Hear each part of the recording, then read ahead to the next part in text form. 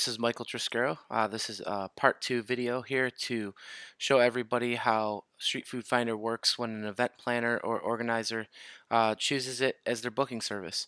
It happened to be a perfect example. A few days back, I got an email from Midtown Cleveland. They put on the Chomp event every year. It's every Tuesday, running from May 1st through September 25th, from 11:30 to 1:30. So I got this email the other day, and I want to just kind of show you guys how it all works as far as applying for this event, and then down the road, essentially booking your dates through this service. So right here, you'll just kind of find an email from the Chomp, pretty much giving the information for the season. Looks like they're going to have 3 savory trucks and a dessert truck for each event, and that their event will be booked through Street Food Finder in 2 parts. The first part begins immediately, where each participating truck must submit an application to participate in the Chomp through Street Food Finder. Second, beginning February 5th, the applications that are completed and accepted will be able to begin booking the weeks they wish to participate. Once they have an idea of the number of trucks that would like to participate, they'll let us all know how often each truck will be able to visit the Chomp. This year, booking cancellations and transfers will be done through Street Food Finder. As Street Food Finder automates this process, it's going to allow the Chomp to focus on promoting and improving the event itself. And I believe right here the fees will be $30. Those are the same as last year. So if we skip down here to the bottom of the email, there's instructions for Street Food Finder. So if you look at number 1, it's log into Street Food Finder using your Twitter account. So whether you have a Street Food Finder or not, you're going to click that link, and it's going to open up a new box here, and it's going to say, "Are you a truck? Authenticate using Twitter." So essentially, the Street Food Finder will use your business Twitter account to authenticate that you actually own a food truck, and will grab your information from your Twitter account. So I'm going to hit login using Twitter, and right here it's going to bring me to the login screen. My truck's Smooth Rider, so I'm going to put in Smooth Rider LLC and my password. I'm going to click sign in, and it's going to ask me to put my password in one more time here. I'm going to do that. Safety measures here.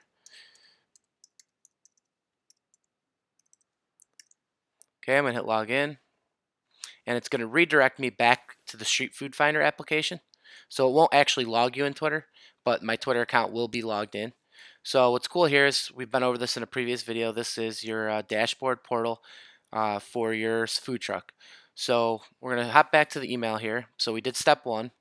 Step 2 is, if this is your first time logging in, complete the setup process. So essentially you would just complete that process, put your truck information in and all that stuff. Number 3 is the visit permits page, and make sure you have a scan photo of your current health permit and fire certification uploaded. The fire certification is if you need it. And then number 4, visit the groups page and select Midtown Cleveland, or click here. So we're going to jump back. I have all the permits needed. They're already right here and updated for this year. Once I get my new ones, I'll have to keep those up to date. So we're going to jump down to groups. Groups is where you're going to find the Midtown Cleveland group. So that's going to be right here. It's a city program, and my role in this group is a member. So if I click view group info, this is going to be the group information for Midtown. There's 4 tabs right here. We are going to select the application tab, and this is essentially my application for Midtown, the Chomp, for this coming season. Most of this information is already pre-filled. Most of that on the left side here, where it says truck information, that'll pretty much have all the. That's where all this stuff comes from. There's a couple empty boxes here. We're going to type those in. So we're going to put 29 for me. By width is about 7, and about height will be about 10. Okay, operating since 2016. But what's nice here is most of this stuff's already filled in. I'm going to put website. I am getting one built right now, so we're going to put that in. And so it's awesome. It's got your truck name, your description, your cuisines, all your social media handles. It's got if you're a truck, trailer, or cart.